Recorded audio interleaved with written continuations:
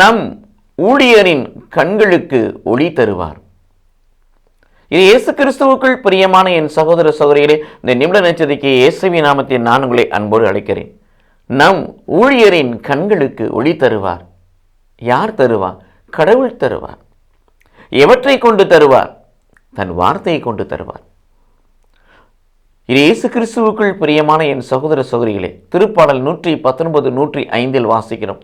இறைவா, உம்முடைய வார்த்தைகள் என் கண்களுக்கு தீபமாயும் நான் செல்லும் பாதைக்கு வெளிச்சமாயிருக்கிறது. ஆண்டுடைய வார்த்தை நாம் பார்க்கக்கூடிய, படிக்கக்கூடிய, கேட்கக்கூடிய, தியானிக்கக்கூடிய, கடைபிடிக்கக்கூடிய ஆண்டவரின் வார்த்தை நம் கண்களுக்கு ஒளி தருகிறது, பாதைக்கு வெளிச்சம் தருகிறது. மட்டுமல்ல பிரியமானவர்களே, எல்லாவற்றுக்கும் மேலாக யோவான் நற்செய்தி 8ஆம் அதிகாரம் 12 வாசிக்கிறோம்.